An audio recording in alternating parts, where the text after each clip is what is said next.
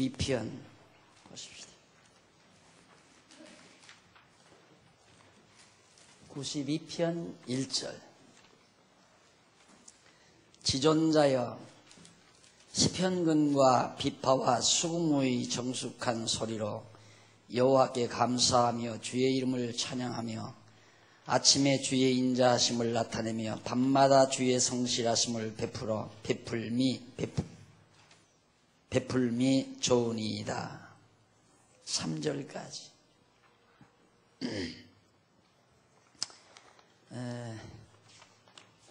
우리 지금 상고해가는 내용이 하나님께서 언약대로 언약하신 하나님께 언약을 이루어 주시라는 간구를 들으시고 하나님께서 언약대로 이루신 그 섭리에 대한 찬양시를 우리가 90편서부터 지금 상고하는 중입니다. 하나님 언약대로 이루어 주신 것 정말 좋습니다 하고 찬양하는 내용이죠. 그 가운데서 이제 언약대로 원수를 갚아주신 것 찬양하고요. 그 원수를 갚아주시는 데 있어서 긍휼, 우리를 불쌍히 여기시고 긍휼히 여기셔서 우리 간구대로 원수들을 갚아준 것에 대한 찬양시가 바로 93편까지 계속되는 내용입니다. 네, 오늘 91편까지는 했고요. 오늘은 92편 역시 하나님께서 언약대로 원수들을 다 멸해 주신 것을 찬양하는 내용입니다. 그런데 92편 1절로 15절까지 교재 보면 3834페이지 나오죠.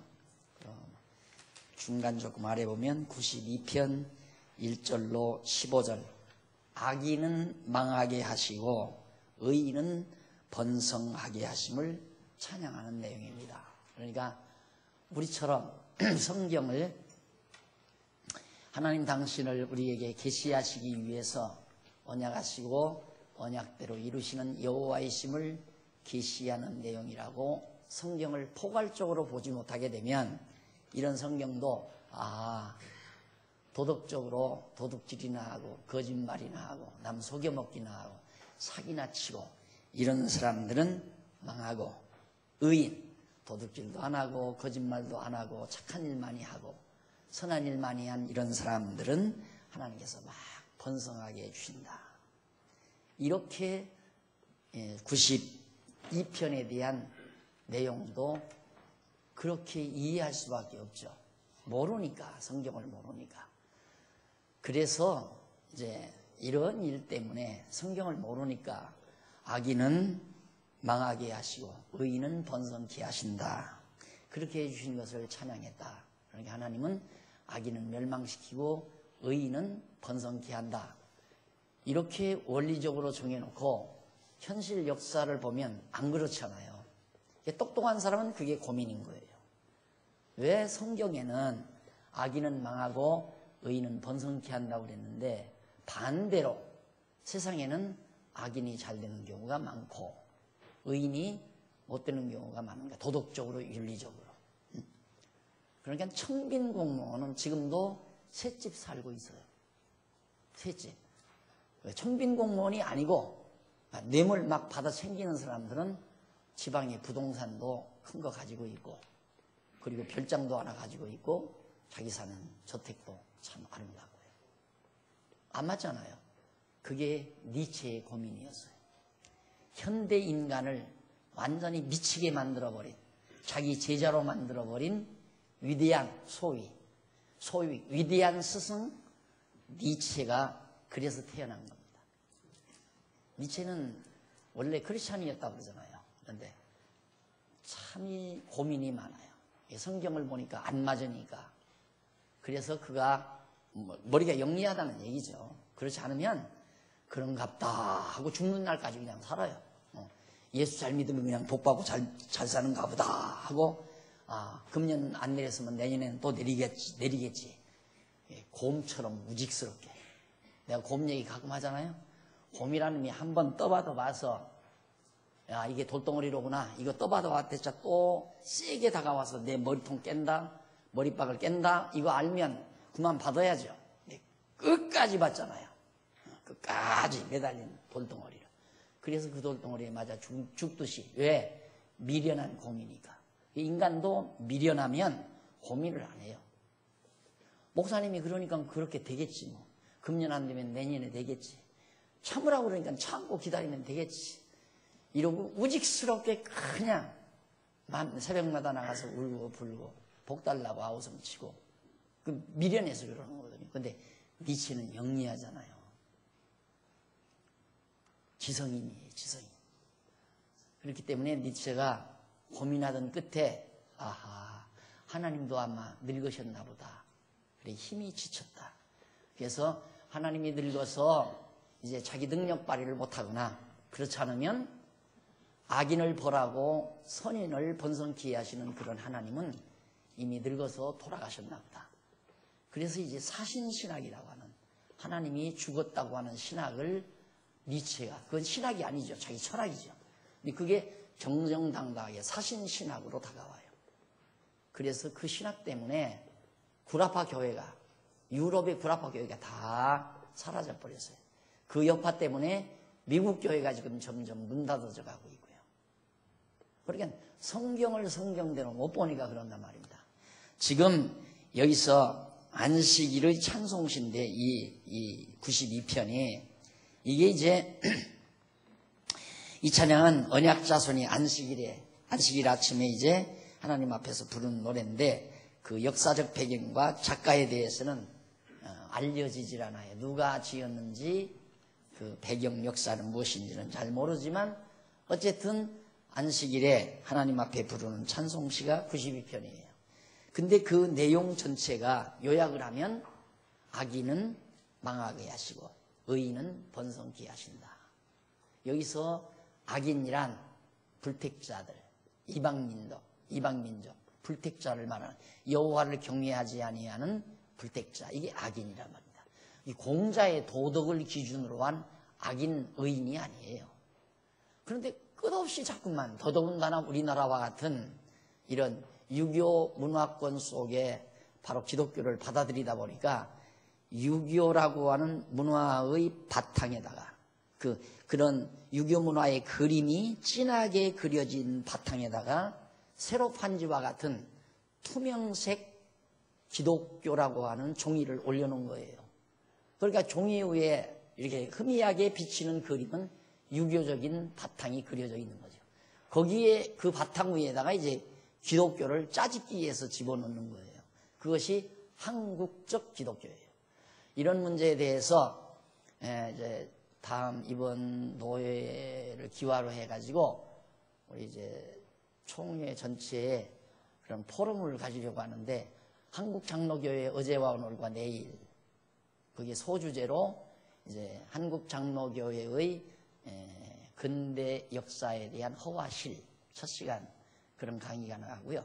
두 번째 시간에는 바로 한국장로교회의 동향과 문제점, 현재 동향과 문제점, 그리고 세 번째는 한국장로교회의 위기와 그 대안, 이렇게 해서 세 타임에 걸쳐서 우리 이제 총회 목사님들이 또 우리 노회 목사님하고 이렇게 해서 3시간에 걸쳐서 그 주제 포럼을 가지려고 그렇게 생각을 하거든요. 다 이런 데 관련이 있는 거예요. 그게 전혀 언어 개념이 달라요. 의와 악이라고 하는 언어 개념 자체가.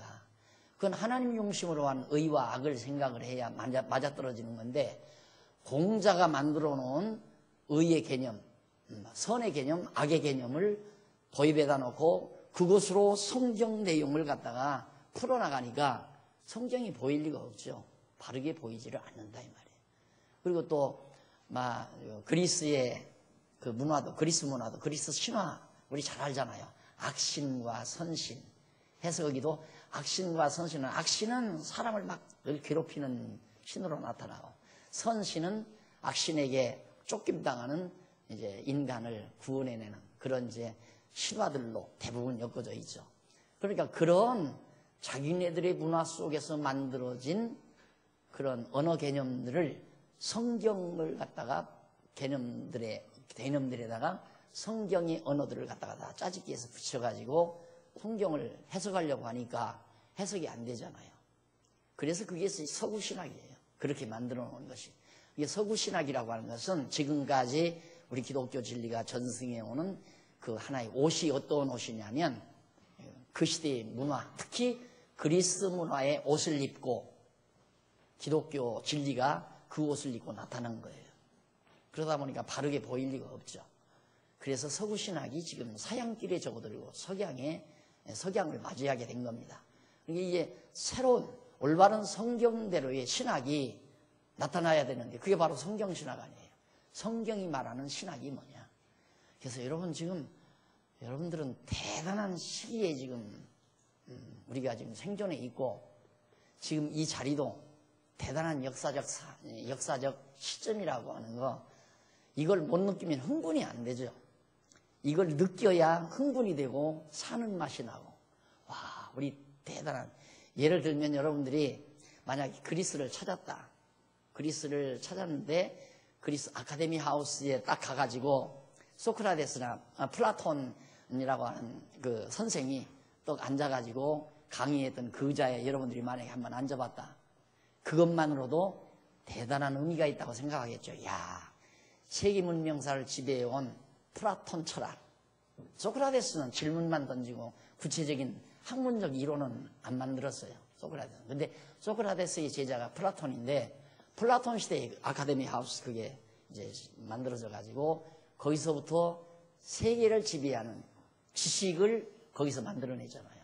소크라테스 다음에 아리스토텔레스 그 이후에 많은 철학자들이 오면서 니체까지 이르러 가지고 결국에는 니체 때 와서 신은 죽었다. 서구 신학은 거기서 종교를 구하는 거예요. 그러니까 기독교가 동양에서 그러니까 예루살렘에서 시작이 돼 가지고 서구로 빠져나갔잖아요. 그러니까 터키를 지나서 아시아, 소아시아를 지나서 바로 이스탄불이 있는 그 그리스 방향으로 바울이 건너가면서 기독교 문화가 유럽에 전파돼 가지고 아주 굉장히 정말 화려한 기독교 문화가 꽃피웠죠, 유럽에. 그런데 그 왜 그 기독교가 그쯤 됐는가?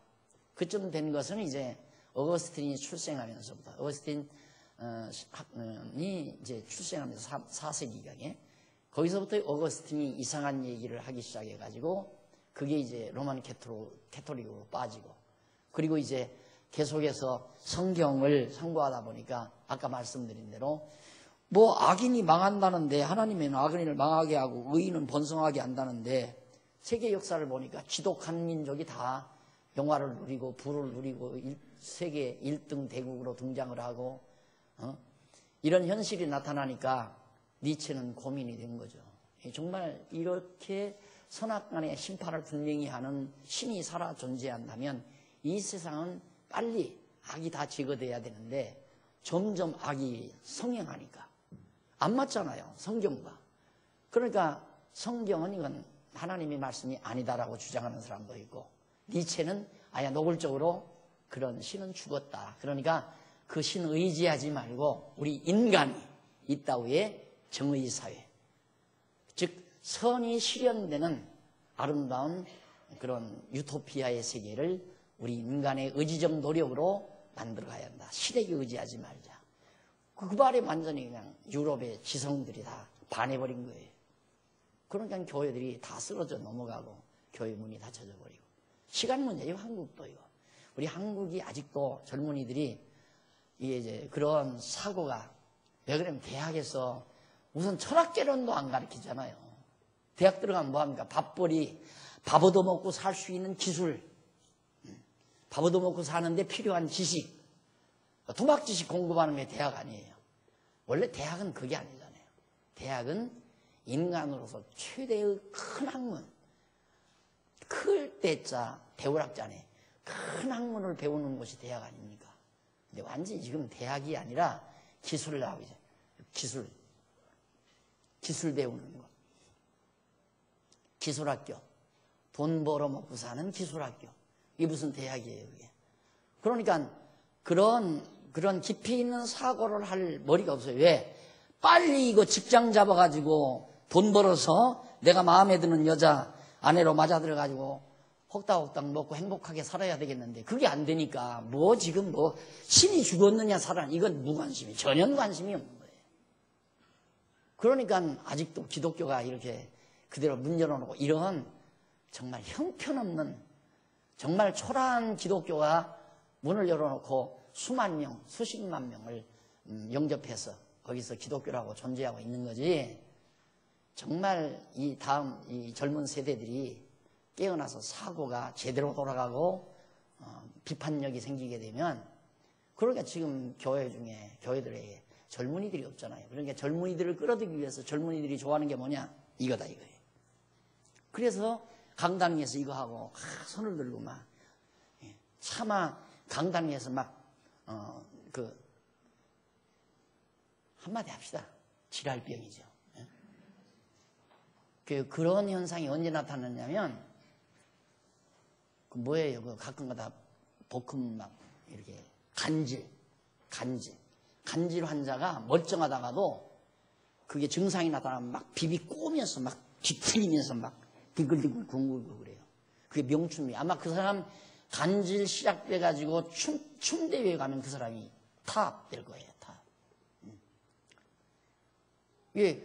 그 짓을 차마 강단에서 못하니까 앞으로는 그 짓도 할지도 몰라요. 왜? 젊은이들이 좋아하니까. 그게 무슨 의미의 종교예요. 그러니까 생각하는 사람들은 교회를 떠나게 되는 거죠. 우리가 이렇게 종교라고 하는 거, 건전한 기독교, 건전한 종교는 앉으면 첫째, 가장 근본이 신을 얘기해야죠. 신 문제, 신에 대한 문제를 얘기해야 되고, 거기에 따라서 인간, 역사, 세계에 대한 의견이 주고받아지고 그런 문제에 대해서 생각하게 만들고, 그런 것으로 인간의 내면 세계를 가다듬고, 이렇게 해서 인간이 인간답게 살아갈 수 있도록 인간의 내면의 세계를 구축해 주는 것이 진짜 그것이 종교란 말입니다. 최고의 가르침이니까. 근데 그게 안 되잖아요. 이게 바로 그런 현상 때문에 결국 그리스 철학의 옷을 입고 등장했던 기독교는 이미 서구에서 이미 다 사장됐고 장사 다 치웠고요. 이제는 마무리 장례식만 남아있는 것이고, 이제 우리 한국, 이 극동지방의 한국이나 중국의 기독교인이 굉장히 많대요. 아직은 깊이를 모르니까 인간의 종교심이 앞장서서 그런 대로라도 이렇게 지탱하고 있는데, 머리가 열리면 안 돼요. 그것 가지고는 안 된다 이 말입니다. 그래서 인간은 반드시 이것은 이래서 이렇고 이래서 이렇기 때문에 이것은 이것이다. 이렇게 구체적으로 딱 정리가 돼야 머리가 맑아져요.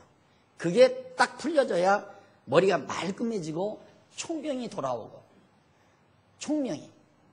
그러니까 과거에 그 아수에로 아닙니까? 그 다니엘이 붙들려갔을 때 왕이 갑자기 총명이 흐려져 가지고 짐승이 되었잖아요. 짐승이 돼가지고 한동안 풀을 먹고 살죠. 나중에 이제 총명이 돌아와 가지고 다시 이제 왕 노릇하는 장면이 다니엘서에 나오는데, 인간 총명 사라지면 똑같이 짐승이에요. 그냥 똑같은 짐승이나 똑같아요. 다른 거 없어요.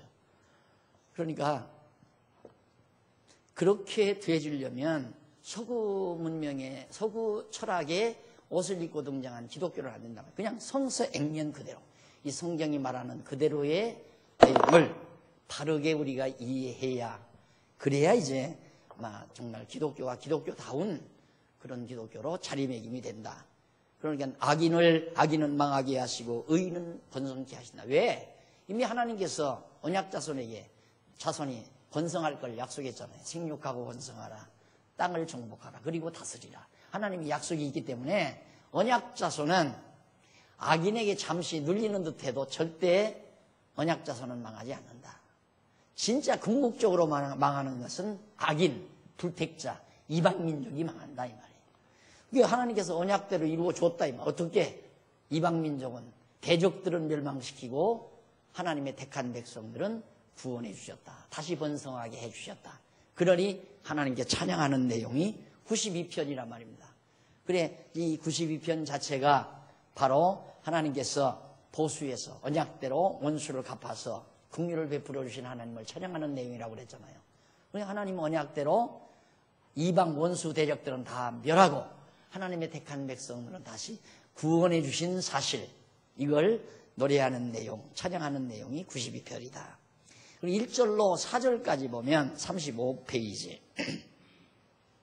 중간쯤 보면 3835페이지 중간쯤 1절로 4절에 언약자손이 인자하심과 성실하심을 베푸신 여호와의 행사에 대한 찬양 내용이 1절로 4절이에요. 그러면 인자하심, 사랑이죠. 성실하심, 언약대로 거짓없이 이루신 하나님의 섭리, 그걸 성실성으로 노래하는 거예요. 그러니까 하나님이 우리를 사랑해서 언약하시고 언약대로 이루어주신 그 성실하심을 하나님이 우리에게 베풀어 주셨다. 그런 여호와의 행사, 여호와께서 하신 역사 섭리에 대해서 하나님을 찬양하는 내용이 1절로 4절이다. 아까 읽었지만 잠깐 한번 다시 읽어보고 싶다. 1절, 지존자여 심연근과 비파와 수금의 정숙한 노래로 여호와께 감사하며 주의 이름 여호와죠. 여호와를 찬양하며 아침에 주의 인자하심을 나타내시며 밤마다 주의 성실하심을 베풀미 좋으니이다. 밤낮으로, 낮에는 우리를 사랑하고 밤에는 하나님의 언약대로 원수들을 진멸하고 하나님의 언약 백성들은 번성시키시는 이런 성실하신 일, 성실하신 행사, 이것이 너무너무도 좋습니다, 이 말이에요. 그러면서 4절에 여호와여 주의 행사로 나를 기쁘게 하셨으니 주의 손의 행사를 인하여 내가 높이 부르리이다. 하나님께서 그렇게 언약하신 대로 우리 언약자손들을 대적을 멸하고 구원하셨으니 우리를 너무너무 즐겁게 해주셨습니다. 그러니 우리도 하나님을 높이 찬양합니다 라는 것이 4절까지 내요. 아주 쉽잖아요. 그렇게 이해하면, 그렇게 한 시편을 성경대로 이해하면 너무너무 쉬운 거예요. 쉽고 깊이가 있고. 그런데 그렇지 않으면 이걸 강의할래도 악인은 멸하고 의인은 번성케 하심을 찬양합니다. 그런데 이렇게 해놓고는 목사가 뭐라고 그랬어요? 여러분 죄지면 망합니다. 보십시오. 의인은 하나님께서 번성케 하지만 악인은 다 망한다고 하지 않았습니까? 그러면 현실은 어때요? 예수 안 믿는 사람이 다 잘 돼요. 잘 된 사람이 많아요. 재벌 중에 예수 믿는 장로가 거의 없어요. 큰 재벌 중에는. 없잖아요. 대재벌이 전부 예수와는 관계없는 사람들이에요. 도리어 불교에 나가서 막 절간도 지어주고 불교에 몸 바쳐서 일하는 사람들이 얼마나 많은데요. 안 맞잖아요. 근데 그런 걸 생각지 않는 사람들은 목사님이 그러니까 그런가 보다 하고 그냥 아까 말한 대로 곰처럼 막 무지몽매하게 그냥 한없이 그런 날이 오겠거니 나는 안식일도 잘 지키고 11조도 안 떼먹었으니까 나는 의인 아닌가. 그러니 하나님께서 언젠가는 우리 가문을 번성케 해주실 것이다. 그렇게 막연한 기대 때문에 새벽마다 나가서 울게 되고 열심을 다하게 되고 참고 견디게 되고 미련해서 그래요. 미련해서. 자, 그 다음 5절로 9절 밑에 보면 35페이지 밑에 세 번째 줄 악인을 망하게 하시는 여호와의 크신 행사에 대해서 찬양을 해요. 악인 망하게 했다. 아까는 서장이죠. 이제는 중장에서 구체적으로 얘기해요. 5절 여호와여 주의 행사가 어찌 그리 크신지요. 언약대로 이루시는 하나님의 역사 섭리가 어떻게 그렇게 웅장합니까? 그 말이에요. 주의 생각이 신이 기쁘시니이다. 주님께서 생각하신 것, 로고스죠. 뜻, 생각, 사상, 뜻 이런 것들이 로고스로 표현이 되죠. 그러니까 하나님의 계획이 어떻게 그렇게 깊습니까? 아주 신이 깊습니다. 예, 하나님의 계획이 너무너무 광대합니다. 그리고 심오하다. 그걸 노래하는 거죠. 예, 하나님의 계획이 뭐예요? 계획이 악인은 멸하고 의인은 번성케 한다. 그 언약 내용이죠. 그게 너무너무도 큽니다. 깊습니다. 우준한 자는 알지 못하며 이게 나오죠. 우준한 자는 알지 못하며 무지한 자도 이를 깨닫지 못하나이다. 악인은 풀같이 생장하고 죄악을 행하는 자는 다 흥왕할지라도 영원히 멸망하리이다. 여기 나오잖아요. 악인은 풀같이 내가 이놈의 잔디를 가끔 손을 대면서 느끼는 건 어떻게 내가 기르고자 하는 잔디는 잘 안 자라나고 아니, 못된 애가 먼저 싹 올라와서 씨를 맺고 아주 그냥 웃고 있는 것 같이 뭐 느껴져요. 그래서 저 잔디에서 샤프를 뽑아낼 때는 딱 앉아가지고 고개를 딱 숙이고 이렇게 앉으면 돼요. 언제? 이제 딱 한번 잔디를 딱 깎은 다음 한 이틀쯤 지난 다음에 앉아서 고개를 숙이고 쫙 바라보면 못된 것이 고개를 쫙 올라와요. 먼저. 그건 틀림없이 샤프이에요. 그래서 가서 뽑아내죠. 세상이 그렇다 이 말이에요. 예수님께서 비유를 들었잖아요. 예, 어느 농부가 가서 딱 씨앗을 뿌렸는데 청지기가 가보니까 밭에 가보니까 막 잡풀이 너무너무 많이 났습니다. 가서 잡풀 다 뽑으리니까 그러니까 주인이 따는 얘기가 가만 놔둬라 이거예요. 잡풀 놔둬라. 잡풀을 뽑다가 알곡까지 뽑을까 염려스럽다. 그러니까 이 세상은 잡풀과 알곡이 같이 자라는 세상이에요. 그러면 지금 가을철이니까 한번 나가보세요. 나가보시면 그 전에 보면 아버님 농사 질 때 보면은 요때쯤 보면 가서 피 뽑느라고 늦었어요 조금. 막 이 벼가 패 올라올 무렵 그때 피는 벌써 쭉 올라와서 심해져 가지고 딱 늘어뜨리고 있어요. 그거 일일이 다 뽑아야죠. 일일이. 근데 그걸 안 뽑으면 전부 피밭이에요. 논이. 피밭이기 때문에 이제 다 배다가 탈곡을 하면 피는 알갱이가 적으니까 다 빠져나가고 벼만 이제 남게 되죠. 그러니까 심판 때까지 탈곡할 때까지 그냥 놔두는 수밖에 없는 거죠. 그럼 피도 있고 벼도 있고 그래서 마지막 추수를 하게 되면 벼와 피가 완전히 분리되잖아요. 그런 것처럼 이 세상이 그렇다는 거 미련한 자는 모릅니다. 그러니까 우선 잘 되고 우선 형통하고 우선 좋으면 그게 좋은 줄 알지만 악인은 풀 같다 이 말이에요. 풀. 막 무성하게 확 잡아놔요. 잡풀이. 알곡은 잘 안 크고. 또 뿐만 아니라 죄악을 행하는 자 악인이죠. 이방민족. 다 흥왕할지라도 영원히 멸망합니다. 영원히. 지금 역사적으로 증거가 되잖아요. 자, 예루살렘이 부패했을 때 바벨론 군대가 쳐들어와서 바벨론 갈대아 군대들이 쳐들어와서 예루살렘을 다 불처질러 버리고 이스라엘 백성들을 유다 백성들을 다 사로잡아 갔어요. 바벨론이 승리했죠. 왕성하고 세력도 컸어요. 그때 바벨론 제국하면 서구라파를 비롯해서 그다음 서아시아 일대, 그다음 이제 중동 일대, 그 일대 그리고 애굽, 리비아 등등 이 일대까지 전부 바비로니아가 다 지배하고 살 때 굉장한 거죠. 그러니까 지중해를 중심으로 한 연안을 바빌론이다. 그게 바로 완전히 그 문명의 중심 지역들이었는데 그걸 바벨론이 다 차지했으니까 세력이 대단한 거죠. 그렇게 왕성했는데 오늘 우리가 사는 현 시점에 보세요. 바벨론은 없죠? 망해버렸어요. 바빌로니아는 망했어요. 지금 이라크가 그 후신인데 이라크 형편없잖아요. 바벨론 제국은 벌써 망해버렸고요. 거기에서 겨우 이제 바벨론 제국의 한 쪽지에서 조각지로 이제 이라크라고 하는 국가가 형성이 돼가지고 지금 살아나려고 애를 쓰는데 지난번에 그냥 폭격 맞아가지고 다 박살 나버리고 형편없이 지금 돼요. 그런데 이스라엘은 어때요? 그때 바벨론에게 포로 잡혀갔던 이스라엘 민족들은 지금 당당하게 세계의 가장 강력 경찰 국가라고 하는 미국을 꼬피 잡고 흔들잖아요. 미국 부시를 이스라엘 유대인들이 부시의 꼬피를 잡고 이리요 저리요 소를 농부가 이리요 하면 이쪽으로 가고 저리 하면 저쪽으로 가고 하듯이 좌우하잖아요. 하나님의 택한 백성과 악인 이방인과 바로 영원히 망한다. 바벨론은 영원히 망했어요. 그러나 하나님의 택한 백성들은 이제 저렇게 살다가 이 다음 예수를 그리스도로 그들이 영접하고 그들은 영원토록 하나님의 백성으로 살 소망이 그들에게 아직도 남아있다는 것. 지금 우리 현실 역사도 그걸 생생하게 우리에게 증거로 보여주고 있는 겁니다.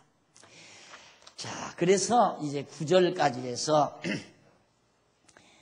흥황할지라도 영원히 멸망하리이다. 8절 여호와여 주는 영원토록 지존하시니이다. 최고로 존귀하신 분입니다. 영원토록 최고로 존귀한 분입니다.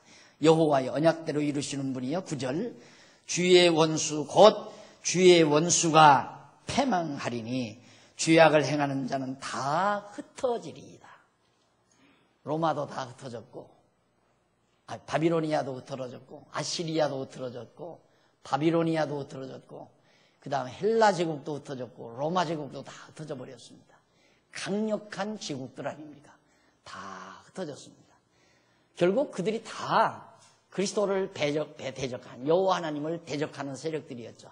아시리아나 바비로니아 제국이나 페르시아 제국이나 헬라 제국이나 로마 제국이나 이게 모두가 다 여호와를 대적하는 대적들이었단 말입니다. 다 흩어져 버리잖아요. 흩어지리다. 흩으시지 않으니까. 그래서 흩어서 망하게 한다 이 말이죠. 그러나 10절 그러나 주께서 내 뿔을 들소 뿔같이 높이셨으며 택한 백성의 뿔 세력이죠. 소에게 있어 뿔은 하나의 힘 아니에요. 그러니까 뿔을 들소 뿔같이 높이셨으며 내게 신선한 기름으로 부으셨나이다. 하나님께서 승리케 하셨다 이 말이에요. 내 원수의 보응받는 것을 내 눈으로 보며, 자, 이제 이 당시 바빌론이 망하는 것도 보고 그 다음 블레셋도 망하는 것 보고 이 이스라엘 백성들이 다 봤잖아요. 원수들 망하는 것, 이방민족들 망하는 것 눈으로 다 보고 살았다 이 말이에요. 눈으로 보며 보응받는 것을 내 눈으로 보며 일어나 나를 치는 행악자에게 보응하심을 내 귀로 들었도다. 눈으로 보고 귀로 다 들었습니다. 하나님께서 우리의 원수 갚아주는 것을. 지금 우리가 공부하는 게 살피는 시가 그거네요. 원수, 보수하셔서 우리를 긍휼히 여기서 구원해 주신 하나님을 찬양하는 내용이거든요. 근데 진짜 원수 다 멸망시켜서 우리로 하여금 구원시켜 주시는 이 사실을 눈으로 보고 귀로도 듣게 해주셨습니다. 그리고 12절 의인은 종려나무같이 번성하여, 우리가 시편 1편에서 살펴봤죠. 의인은 시냇가에 심은 나무가 시절을 놓자 열매를 맺으며, 가람이 없으니까 시냇가에 항상 물이 흘러내려가니까 시냇가의 나무가 무성하게 자라서 계절마다 열매를 맺는다. 그러듯이 이 여기도 종려나무같이 아주 번성하다. 누가? 의인이, 하나님의 택한 백성들은 번성하여 레바논의 백향목같이 발육하리라. 아주 레바논의 백향목은 굉장히 우람하고 튼튼합니다. 그렇게 견고하게 자라난다. 하리로다. 13절 여호와의 집에 심겼으며 우리 하나님의 궁정에서 흥왕하리로다. 결국 하나님의 택한 백성들은 하나님의 나라 백성으로 번성하고 흥망하게 돼 있다. 14절 늙어도 견실하며 진액이 풍족하고 빛이 청청하여 여호와의 정직하심을 나타내시리로다. 여기서 여호와의 정직하심은 정직하심이라기보다도 신실하심을 나타내시리로다. 이렇게 이해하면 더 빠르죠. 여호와가 정직하다는 말은 언약하시고 언약대로 어기지 않고 그대로 이루어 주신다는 걸 여기서 정직하다라고 그렇게 번역을 한 겁니다. 그러니까 의미는 하나님은 언약하시고 언약대로 언약을 어기지 아니하시고 정직하게 신실하게 이루어 주셨습니다. 이 말이에요. 그러면서 늙어도 정직하심을 나타내리로다. 여호와는 나의 다윗이라. 그에게는 불의가 없도다. 여호와는 흔들리지 아니하는 나의 바위, 반석, 피난처, 또 대적을 방어할 수 있는 하나의 요새로서의 바위. 그에게는 불이라는 건 뭡니까? 불이라는 것은 언약하시고 언약을 어긴다거나 이방인은 구원해주고 하나님의 택한 백성들은 멸하고 이런 게 없다 이 말이에요. 그러니까 악인은 흥하게 하고 의인은 멸하시는 그런 불의한 일을 하나님은 안 하신다. 그러면서 찬양한 내용이 92편 내용이란 말입니다. 자, 이렇게 찬양한 구약의 성도들의 찬양을 92편에서 살펴보고 그 다음 93편 넘어가서 간단하니까 살피고 끝내십니다. 1절로 5절에 보면 93편 전체는 주의 통치력과 증거하심이 확실하고 거룩함을 찬양한다. 그러니까 주님의 그 통치력, 다스리심, 어떻게 원수는 다 갚아버리고 이방 대적들은 다 멸해버리고 하나님의 택한 백성들은 구원해 주시는 그 놀라운 통치력, 그리고 증거하심이 확실하고, 증거란 다 드러내심이란 말입니다. 하나님의 뜻을 다 확실하게 드러내심이 너무도 분명하다, 확실하다 이 말이에요. 그러니까 악인은 멸하고 의인은 구원하시는 일이 너무도 확실하다. 그래서 하나님은 거룩하시다 이 말이에요. 거룩하심, 그 하나님의 거룩함을 하나님께 찬양하는 그런 내용이에요. 그래서 하나님은 언약대로 이루시는 그것이 뭐냐면 거룩하심의 표현이에요. 거룩하신 분이시다. 근데 그 신실하다고도 하지만 종합적으로는 하나님은 거룩하신 분이시다.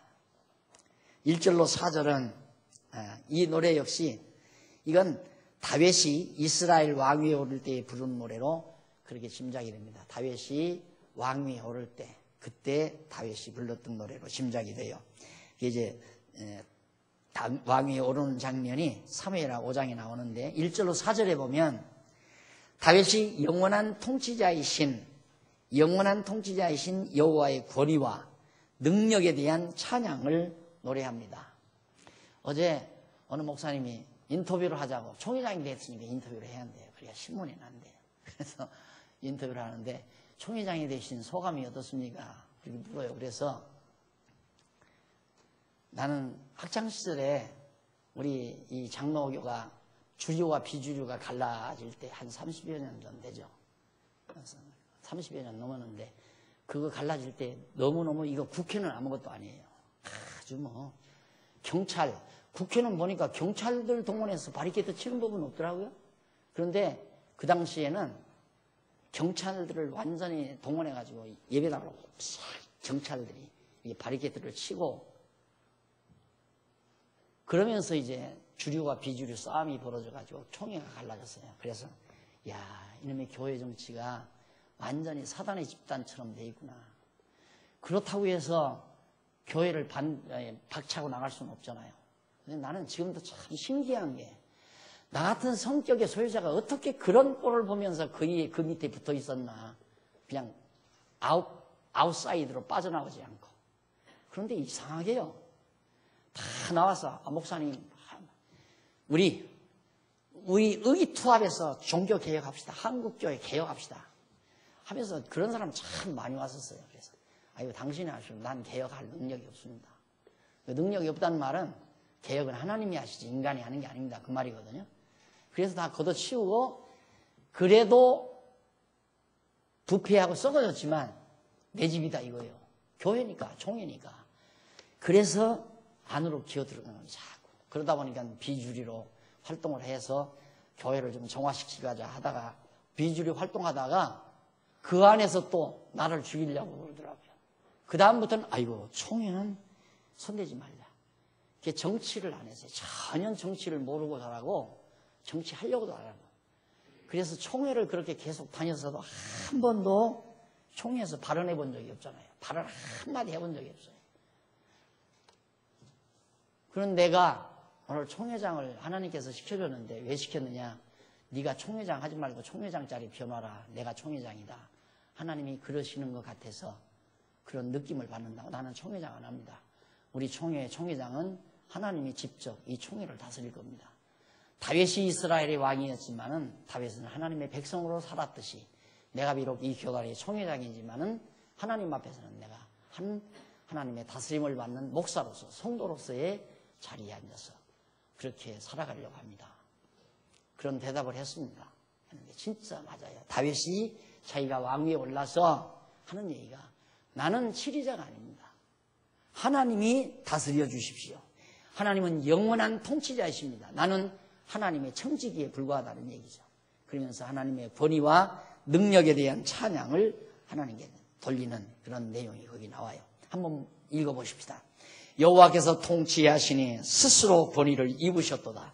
하나님의 이스라엘 나라를 하나님이 통치하신다.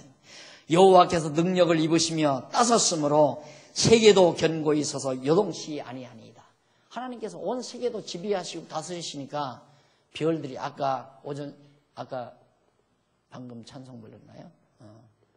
모든 만물이 다 별들이 제자리에 움직이고 다 서로 충돌하지 아니하고 그런 속에서 하나님의 음성을 우리가 듣는다는 찬송을 들었습니다마는 이 우주 만물을 이렇게 정확하고 분명하게 운행하시는 일 참 놀랍죠. 우리 지구 같은 건요, 이 지구가 이렇게 생겼잖아요. 이렇게 생기는데 이만한 거 말고 저 하늘에서 덩어리, 한 요만한 덩어리만 와서 여기 한번 팡 쳐버리면 그냥 속이 물렁물렁 용암으로 되어 있는 거 이거 터져버리면 끝나요. 별거 아니에요, 여러분. 근데 하나님이 그걸 막고 그렇게 하지 않게 운행하니까 우리가 살아있는 거죠. 그러니까 적어도 우리가 이런 하나님의 능력을 알면 아침에 자고 일어나 아이고 지구가 여전히 여전하구나, 안 터졌구나, 안 깨졌구나. 여러분, 내가 잘못 들었는지 모르지만 저 북빙양의 얼음이 녹아내리면 수면이 7m가 올라선대요. 그래서 어느 나라가 지금 물속에 잠긴다고. 그 뭐 데이터로 막 그런데 막 얼음이 막 녹아내리는 거예요. 화면에 다 나오더라고요. 몇 년? 2013년에? 13년까지 엄청난 양의 물이 지금 5도가 내려갔대요. 북빙양 도수가. 그러니까 녹아내리죠. 계속해서. 물에 안 잠기고 사는 것도 감사한 일이고 용암 터지지 않는 것도 감사한 일이고 아침에 일어나서 눈 뜨고 숨 쉬게 된 것도 감사한 일이고 인간 별거 아니에요? 요만한 주먹만한 심장이 여기서 펄딱펄딱 뛰니까 그런데 왜 뛰어요? 아무도 몰라요. 그게 왜 뛰는지. 그걸 찾으려고 애를 쓰지만 누가 찾아요? 그거 어떻게 찾아요? 하나님의 생명의 기운이 이 심장의 고동을 움직이니까 펄딱펄딱 뛰는 거거든요.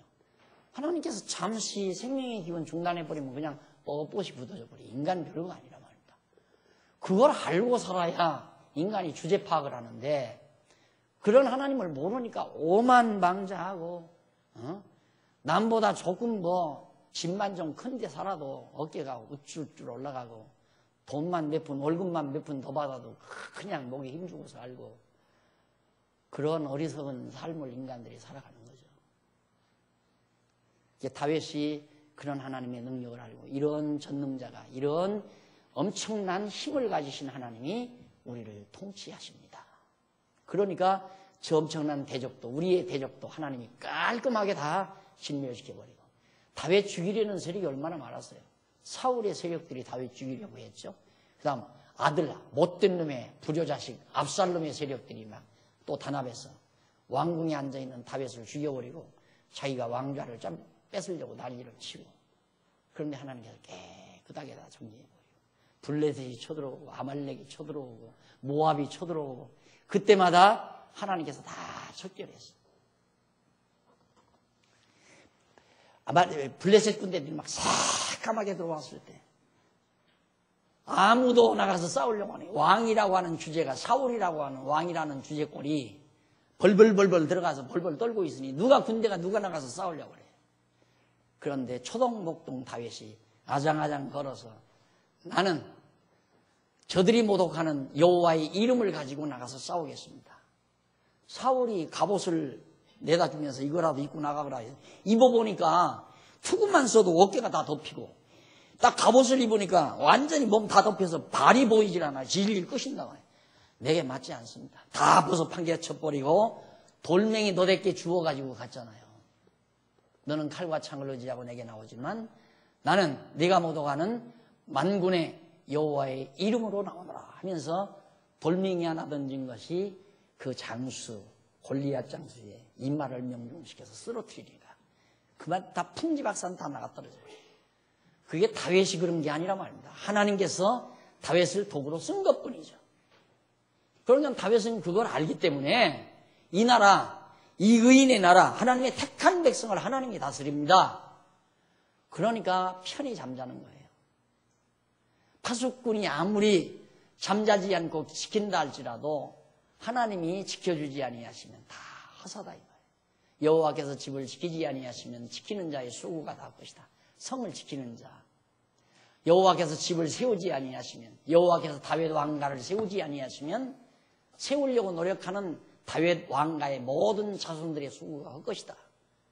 그리고 예루살렘 성, 왕성을, 왕궁이 있는 성을 여호와께서 지켜주지 아니하시면 파수꾼이 아무리 밤잠 안 자고 밤새껏 보초를 쓰고 지킨다 할지라도 다 필요 없다 이 말이에요. 대적들이 몰려와서 덮쳐버리고 만다.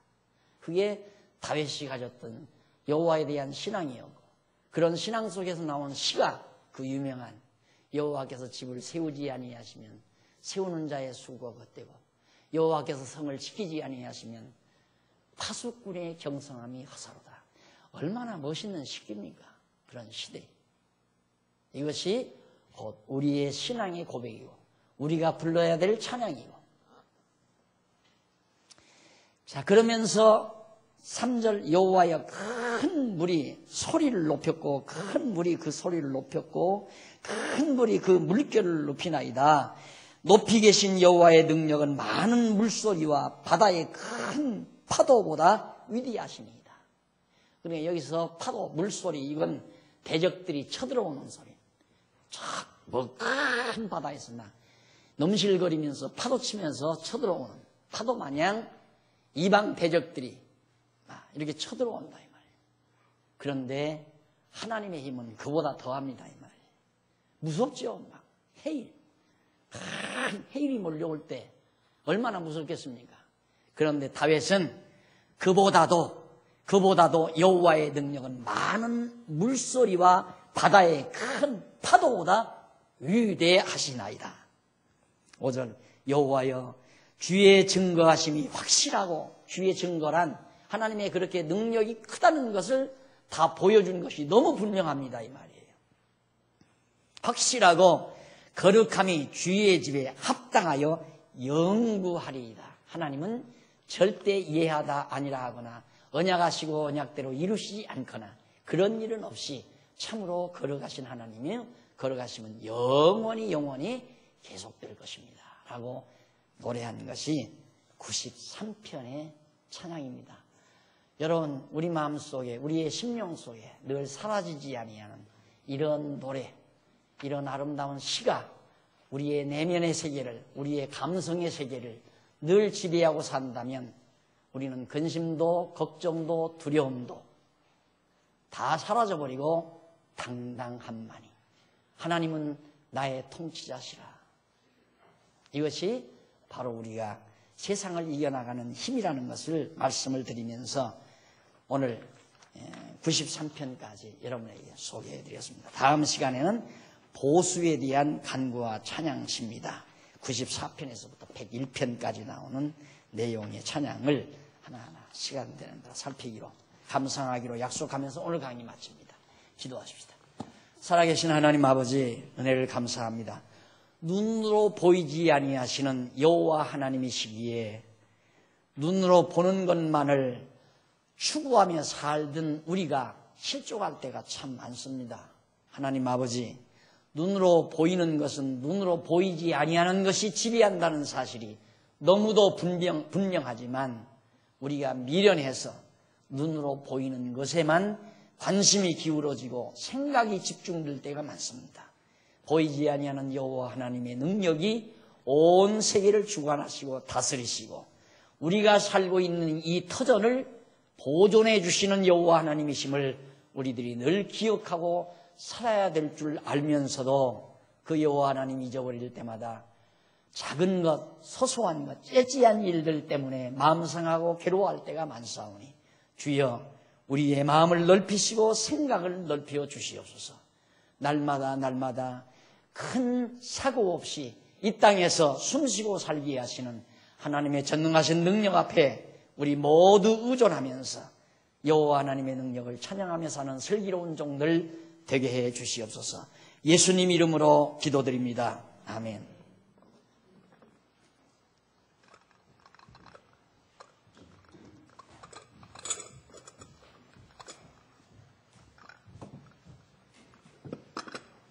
찬송가 235장입니다.